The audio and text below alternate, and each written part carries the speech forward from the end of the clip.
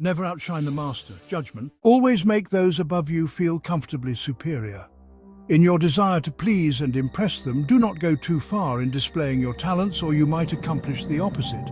Inspire fear and insecurity. Make your masters appear more brilliant than they are, and you will attain the heights of power. Transgression of the law. Nicolas Fouquet, Louis XIV's finance minister in the first years of his reign, was a generous man who loved lavish parties, pretty women and poetry.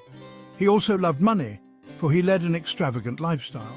Fouquet was clever and very much indispensable to the king, so when the Prime Minister Jules Mazarin died in 1661, the finance minister expected to be named the successor. Instead, the king decided to abolish the position.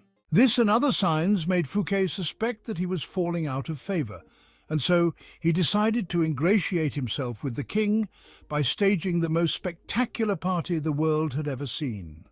The party's ostensible purpose would be to commemorate the completion of Fouquet's chateau, Vaux-le-Vicomte, but its real function was to pay tribute to the king, the guest of honour. The most brilliant nobility of Europe and some of the greatest minds of the time, La Fontaine, La Rochefoucauld, Madame de Sévigné, attended the party. Molière wrote a play for the occasion, in which he himself was to perform at the evening's conclusion.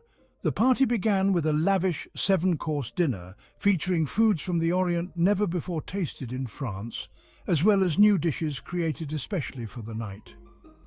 The meal was accompanied with music commissioned by Fouquet to honour the king. After dinner there was a promenade through the chateau's gardens. The grounds and fountains of Vaux-le-Vicomte were to be the inspiration for Versailles. Fouquet personally accompanied the young king through the geometrically aligned arrangements of shrubbery and flower beds. Arriving at the garden's canals, they witnessed a fireworks display, which was followed by the performance of Molière's play.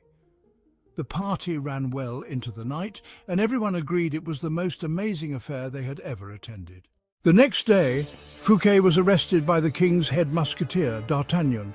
3 months later, he went on trial for stealing from the country's treasury. Actually, most of the stealing he was accused of, he had done on the king's behalf and with the king's permission. Fouquet was found guilty and sent to the most isolated prison in France, high in the Pyrenees Mountains, where he spent the last 20 years of his life in solitary confinement. Louis XIV, the Sun King, was a proud and arrogant man who wanted to be the centre of attention at all times. He could not countenance being outdone in lavishness by anyone, and certainly not his finance minister. To succeed Fouquet, Louis chose Jean-Baptiste Colbert, a man famous for his parsimony and for giving the dullest parties in Paris.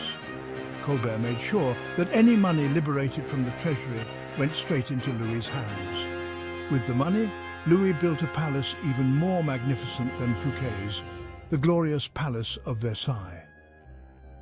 He used the same architects, decorators, and garden designer.